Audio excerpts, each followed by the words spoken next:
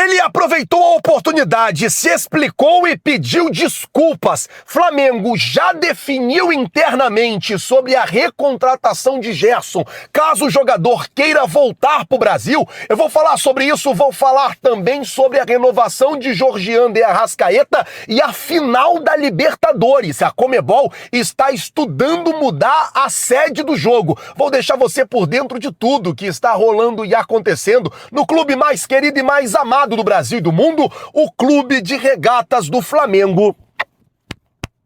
Nosso amor. Mas antes de qualquer coisa, na humildade e na moral, eu queria pedir a você que não é inscrito no canal, meus amigos e minhas amigas, tem um botão aqui embaixo escrito inscreva-se. É muito importante para o nosso trabalho, também muito importante para o nosso crescimento, que você se inscreva no canal. Você não paga absolutamente nada por isso e vai ajudar demais a gente. Então, se você não é inscrito, se inscreve no canal, acione o sino da notificação e deixa o teu like. Já vou pedir desculpa para você. Estou gravando dentro do carro, é porque saiu essa notícia sobre a mudança da sede da final da Libertadores. Ia ficar um pouco tarde para eu chegar em casa, e daí eu pensei, vou parar o carro aqui e já vou gravar para manter a galera muito bem informada. Então eu já peço perdão, já peço desculpas, sei que a luz não tá tão boa, o áudio não tá tão bom, mas eu preciso manter vocês por dentro de tudo. Eu vou começar o vídeo já falando sobre Georgian de Arrascaeta. Isso porque a repórter da ESPN perguntou para ele assim, ó,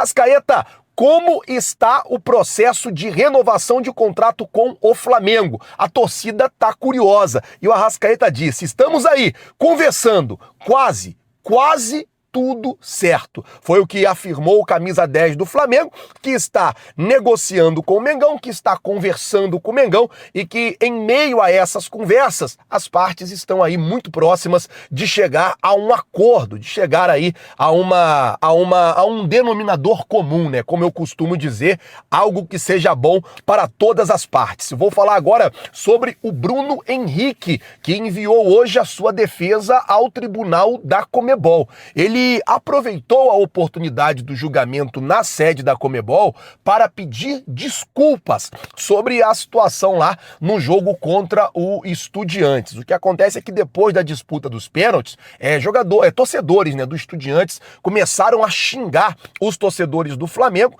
os jogadores do Flamengo, e além de xingar, ele alegou que jogaram um isqueiro nele. Ele ali num ato de responder, ou num ato talvez até de cabeça quente, segurou nas partes íntimas e hoje aí, infelizmente, um monte de celular espalhado pelo estádio pegaram o Bruno Henrique segurando. Ele quis se defender dizendo que não foi um ato de provocação à torcida do Estudiantes, mas sim um ato, uma resposta ali que ele quis dar aos torcedores que estavam xingando ele e estavam xingando não só ele, mas os jogadores do Flamengo e tacaram inclusive um isqueiro no jogador.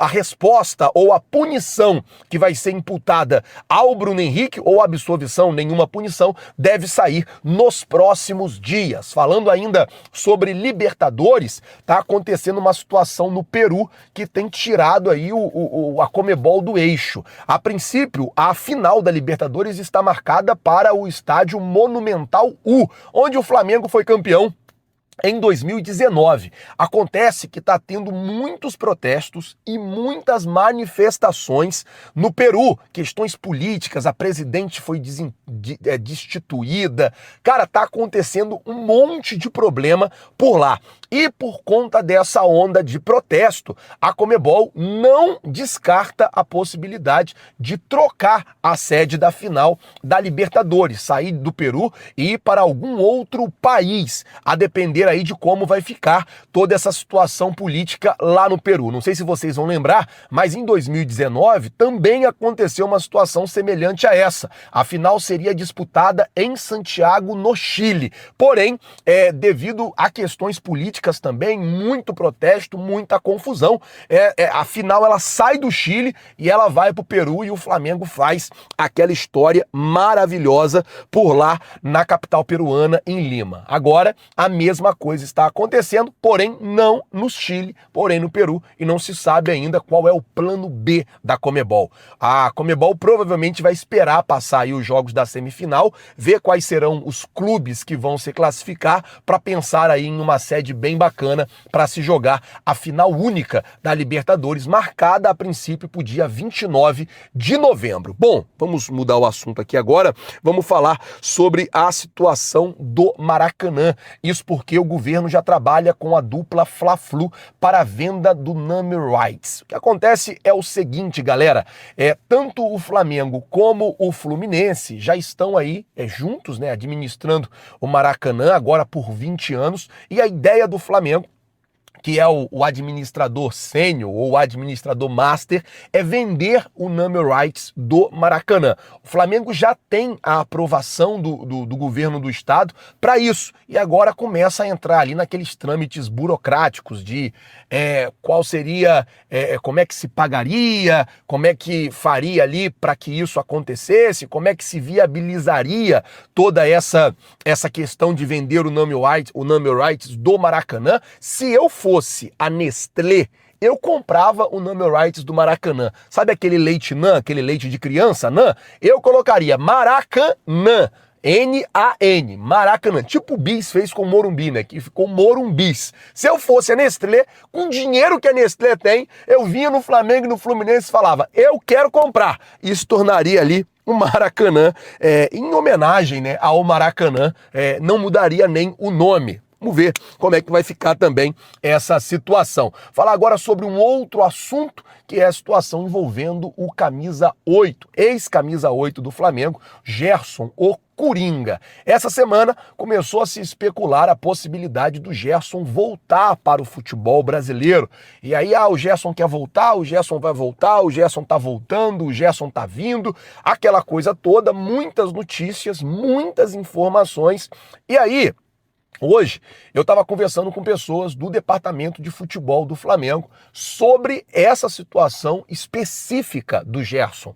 Conversando com pessoas ligadas ao futebol do Flamengo e perguntei, vem cá, se o Gerson quiser voltar realmente, vocês pretendem fazer uma proposta, vocês pretendem fazer alguma coisa para trazer o jogador de volta? Qual que é a ideia de vocês? Eu queria saber qual é o posicionamento do Flamengo caso realmente o Gerson ele queira voltar. E a pessoa me falou o seguinte, falou, Guilherme, o que acontece é que o Gerson acabou de chegar lá no Zenit. A gente várias vezes, a pessoa me contando, já tentou negociar com o Zenit para trazer o Claudinho, para trazer o Wendel, para trazer outros jogadores que estão lá.